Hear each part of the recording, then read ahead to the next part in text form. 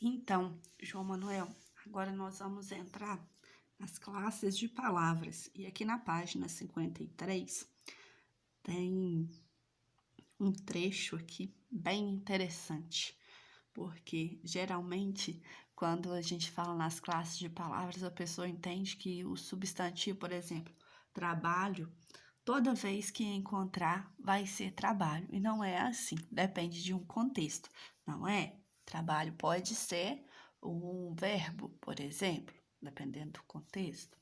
Então, as palavras podem ser agrupadas em classes gramaticais. A parte da gramática que estuda as classes de palavras chama-se a morfologia. Então, é a função morfológica, porque nós temos também a função sintática. Então, quando a gente está fazendo o estudo das classes gramaticais, a gente está olhando a função morfológica, tá? Então, é importante estudar as classes de palavras em um contexto e não isoladamente, pois o contexto influencia essa classificação. Observe os exemplos a seguir. Então, é importante que a gente saiba, sim, separadamente o que é, qual é a função do substantivo, dar nome aos seres, às coisas, não é? Então, qual é a função do adjetivo? Dar característica, qualidade aos substantivos. Então, é importante a gente saber o que cada classe gramatical pede, não é? Mas é importante a gente analisá-la dentro de um contexto. Veja os exemplos. Clara é uma mulher requintada. Então, Clara está tendo a função a função morfológica aqui de substantivo próprio. A classe de palavras aqui é substantivo próprio, não é? A clara do ovo está com uma cor estranha. Então, clara aqui, olha, já é um substantivo comum.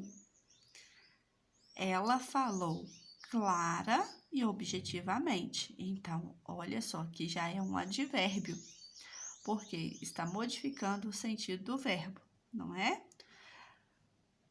Pele clara exige cuidados redobrados ao sol. Então, aqui, olha, é uma característica, então, um adjetivo. Então, mostrou pra gente aqui, olha, que a mesma palavra usada em contextos diferentes terá sua classe de palavras alterada, não é?